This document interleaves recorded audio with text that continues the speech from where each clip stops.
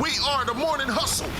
L'Oreal, we are here at the BET Awards Media House 2025, and I got Kirk Franklin here with me. How my people say? Who you got? What's good? What's going on What's with up, you, young sir? queen? What's Thank up, you young so queen? much for coming and sitting down with me today. Well, Great this is seeing not your first BET Awards. How But- many times have you been? I've been quite a few. Yeah, I've a been quite lot few. of them, right? But you're being honored at this one, and that's what makes this one a little special. I'm honored. Very grateful, too. Yeah. Very grateful to be here. Very grateful for the opportunity. Absolutely, and you have a brand new single. Brand new single, Do It Again, for people that get a little spiritual amnesia. Yeah. You know what I'm saying? That, something good happens in their life, and then when bad things come, they worry if God will pull up again. But, he does spin the block. He's definitely always there looking out for you, too, as well, He mostly. spins the block. Thank you. And that's basically because you are making sure you keeping Jesus' name out there, because they trying doing my best. Oh, it's bad out here in this doing my world. You best. have a lot of people you're fighting against these devils. Inside and outside. Inside and outside. Yeah. And so when you see the younger generation, but they're getting into the gospel rap and the inspirational rap and I actually appreciate the fact that even though, it might be a different approach, it's the fact that we're still keeping it going. Like, with all these TikToks and this, that, and the third, it's a lot of things that can get lost. So do you find that now that you're pushing your new single, what's the difference between before when you put out your first project opposed to now? I think that the biggest difference is, more than anything, is you just are always trying to fight against all of the damage that sometimes religion has done to people. It's because so many people get discouraged by what they see coming from some church communities, some church pulpits. And so a lot of times when you get to people, they're already so broken, they're already so kind of hurt by the church and by the church culture that you're having to deconstruct that and show them. It's almost like saying to people that have been hurt by police, just because they're bad police, it don't mean that stop sign is bad. Right. It don't mean that red light is bad, that is there to help you kind of protect your life. And so that's a lot of times you can find yourself doing a lot of cleanup because of the damage that was done. Well, I love that now because I'm a bedside Baptist.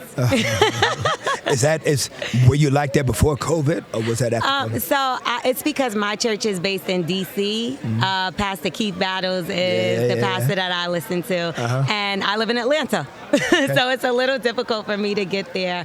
But some people say that that's not good enough, right? When you're coming from the church, they're like, you need to go in and be inside the church. I still give my offerings and pay my tithes and all that good stuff.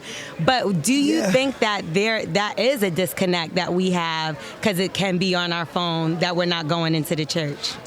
I think that it can be, but I also think that it's a disconnect when we try to condemn people that don't. I think that that when we use condemnation as a tool to try to get people to do right, that's authoritarianism. That's dictatorship.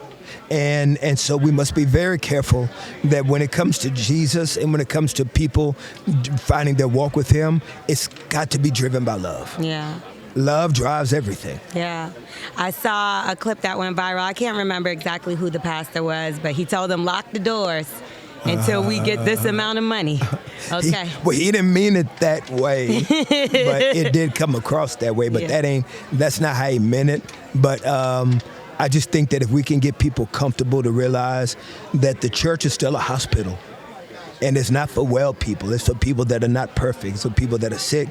And none of us are doctors.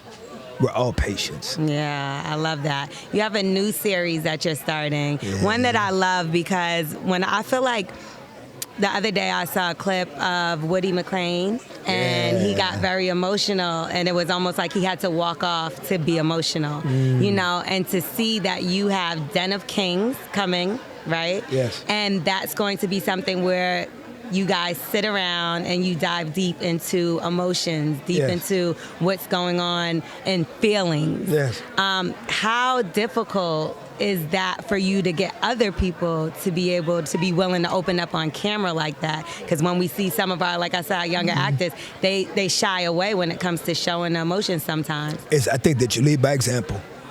I think that it starts from the top, that vulnerability and humility should be the leading narrative. And And even in that leading narrative, I think it creates a level of comfortability for other men so that they can know that there's a safe place for them too. Yeah. Have you ever felt boxed in? Always. Always feel boxed in. I mean, I come from a religious community. Of course I'm going to feel boxed in. Yeah. You know, I've just been blessed to now be around long enough that I know the difference between dogma and relationship. Yeah. I saw, who was it that I was talking to? Yolanda Adams, Miss Yolanda Adams, the amazing. A legend. And she said that people were a little upset at her for using the word ass. Now, I said ass is in the Bible. And I know you will use some words, Mr. Kirk Franklin. Wow. So when it comes to using certain words, what do you think is is that really an issue? I think that it's an issue when it becomes an issue. It's an issue when it becomes an issue. I think that for me to try to lead with another level of dogma and dictatorship would be misleading. I mean, we all heard me angry. Yeah. We all heard me upset. And it doesn't justify what I did because the nature of what I did was wrong. And guess what? I may stumble and do wrong again. Yeah. And again and again. And I think that is the posture that I think that people need to see from us, is that we are imperfect people pursuing a perfect God that loves us perfectly. Yes. Where can they check out Den of Kings? It's going to air Father's Day on my YouTube channel. Oh, I love that. Yeah. So, in the first episode, you have DC Young Fly, Country Wayne, Duval Ellis, Lou Young. That's some good kings there. Yeah, it's good. How was the conversation? Wait till you see. Oh, I cannot wait at all. Thank you so much for everything that you do, just for the culture as a whole. And we love you so much, Mr. Kirk Franklin. Thank you, Queen. We are the Morning Hustle.